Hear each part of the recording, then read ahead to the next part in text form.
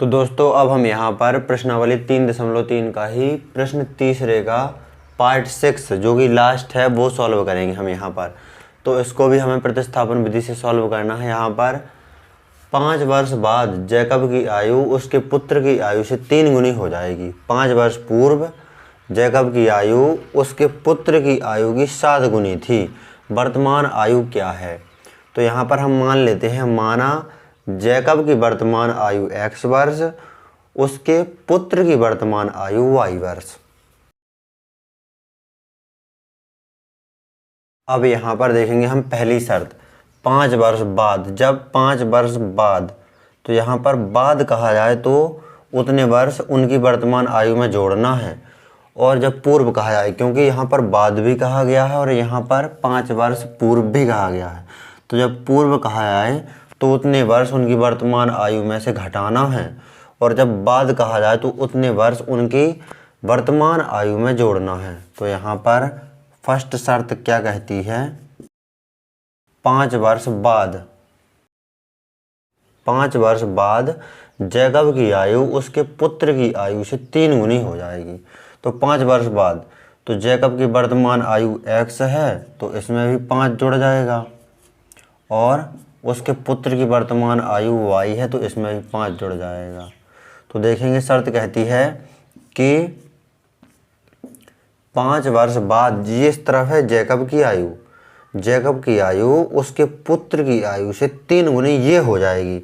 Jacob की आयु ये, उसके पुत्र की आयु की 3 गुनी ये हो जाएगी। तो बराबर करने के लिए उल्टा करना पड़ता है, तो तिगुना इसे कर देंगे हम। अब इसे हम सॉल्व करेंगे तो x + 5 ज्यों के त्यों, यहाँ पर 5 को बराबर के उस तरफ ही सीधे पक्षांतरित कर देते हैं। तो ये 3 का पहले इन दोनों में गुणा करते हैं हम, y + 5 में। 3 का गुणा y में होगा तो 3y, प्लस 3 का गुणा 5 में होगा तो 15। प्लस के 5 बराबर के इस तरफ जाएंगे तो माइनस के 5 हो जाएंगे। x बराबर 3y, प्लस के 15 में से माइनस के 5 घट जाएंगे तो प्लस के 10 बचेंगे। इसे हम समीकरण क्या नाम देंगे? 1। अब हम यहाँ पर दूसरी शर्त देखेंगे, 5 वर्ष पूर्व। अब यहाँ पर सेकंड शर्त, तो सेकंड शर्त है 5 वर्ष पूर्व। तो 5 वर्ष पूर्व, तो उनकी वर्तमान आयु में से ये 5 घट जाएगा। तो जैकब की 5 वर्ष पूर्व की आयु हो जाएगी x - 5, और उसके पुत्र की वर्तमान आयु में से 5 वर्ष घट जाएंगे तो 5 वर्ष पूर्व की आयु आ जाएगी, उसके पुत्र की भी। तो 5 वर्ष पूर्व जैकब की आयु में से 5 घटा दिया तो 5 वर्ष पूर्व जैकब की आयु, उसके पुत्र की आयु में से भी 5 घटा दिया तो 5 वर्ष पूर्व उसके पुत्र की आयु। पूर्व में उतनी संख्या घटाना है, बाद में उतनी संख्या जोड़ना है।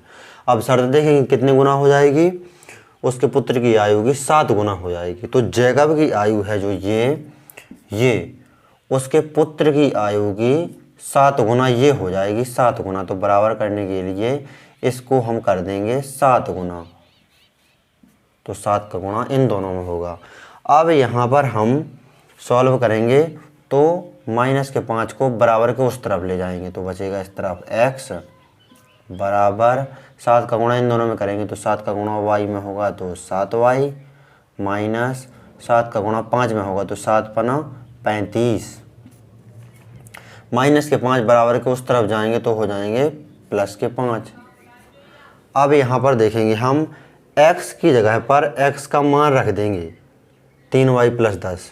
अब यहाँ पर पहले हम थोड़ा इसे और सॉल्व कर लेते हैं, तो यहाँ पर मान ही रख देते हैं। इसे हम क्या देंगे? समीकरण 2 नाम देंगे। अब यहाँ पर समीकरण 2 में x का मान रखने पर,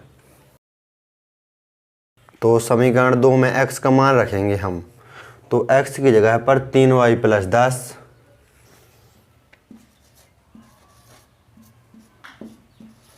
बराबर 7y, माइनस के 35 में से प्लस के 5 घट जाएंगे तो बचेंगे माइनस के 30। आगे सॉल्व करेंगे यहाँ पर हम, तो यहाँ पर जो प्लस के 7y हैं बराबर के इस तरफ ले आएंगे और प्लस के 10 को बराबर के उस तरफ ले जाएंगे। तो इस तरफ ये 3y ज्यों का त्यों, प्लस के 7y बराबर के इस तरफ आएंगे तो माइनस के 7y, और प्लस के 10 को बराबर के उस तरफ ले जाएंगे तो माइनस के 10 हो जाएंगे। तो माइनस के 30 ज्यों के त्यों, और प्लस के 10 बराबर के उस तरफ गए तो माइनस के 10 हो गए। अब इसे हम यहाँ पर सॉल्व करेंगे तो यहाँ पर देखेंगे माइनस के 7y में से प्लस के 3y घट जाएंगे। चिन्ह असमान है, माइनस की संख्या बड़ी है तो माइनस का चिन्ह आएगा। 7y में से 3y घट जाएंगे तो बचेंगे यहाँ पर 4y बराबर, यहाँ पर माइनस के 30 और माइनस के 10 दोनों संख्याओं के चिन्ह समान है तो संख्याएं जुड़ जाएंगी, चिन्ह रहेगा माइनस का ही। तो 30 और 10 40, माइनस का चिन्ह रहेगा।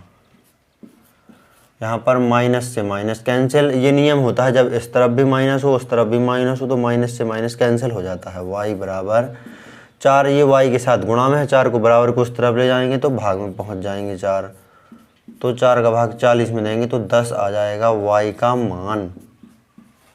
तो ये y का मान आ गया 10। अब हम ये y का मान समीकरण 1 में रख देंगे, तो समीकरण 1 में इस y की जगह पर y का मान रखेंगे तो x का मान आ जाएगा। समीकरण 1 में y का मान रखने पर तो समीकरण 1 देखेंगे हम, x बराबर 3y प्लस 10, x बराबर 3y प्लस 10, तो 3y की जगह पर y का मान ये 10 प्लस 10, तो 3 का गुणा 10 में होगा तो हो जाएगा 30, प्लस के 10 ज्यों के त्यों, ये x का मान निकलना है हमारा। x बराबर 30 और 10 कितने हो जाएंगे 40, तो यहाँ पर x का मान आ गया हमारा 40, y का मान आ गया 10। हमने माना क्या था, जैकब की वर्तमान आयु x वर्ष, उसके पुत्र की वर्तमान आयु y वर्ष। तो जो x का मान आया हुआ है ये है जैकब की वर्तमान आयु जो कि है 40 वर्ष, और उसके पुत्र की वर्तमान आयु y बराबर 10 वर्ष। तो यहाँ पर हम लिख देते हैं आंसर। अतः जैकब की वर्तमान आयु 40 वर्ष जो कि x का मान है, और उसके पुत्र की वर्तमान आयु 10 वर्ष जो कि y का मान है।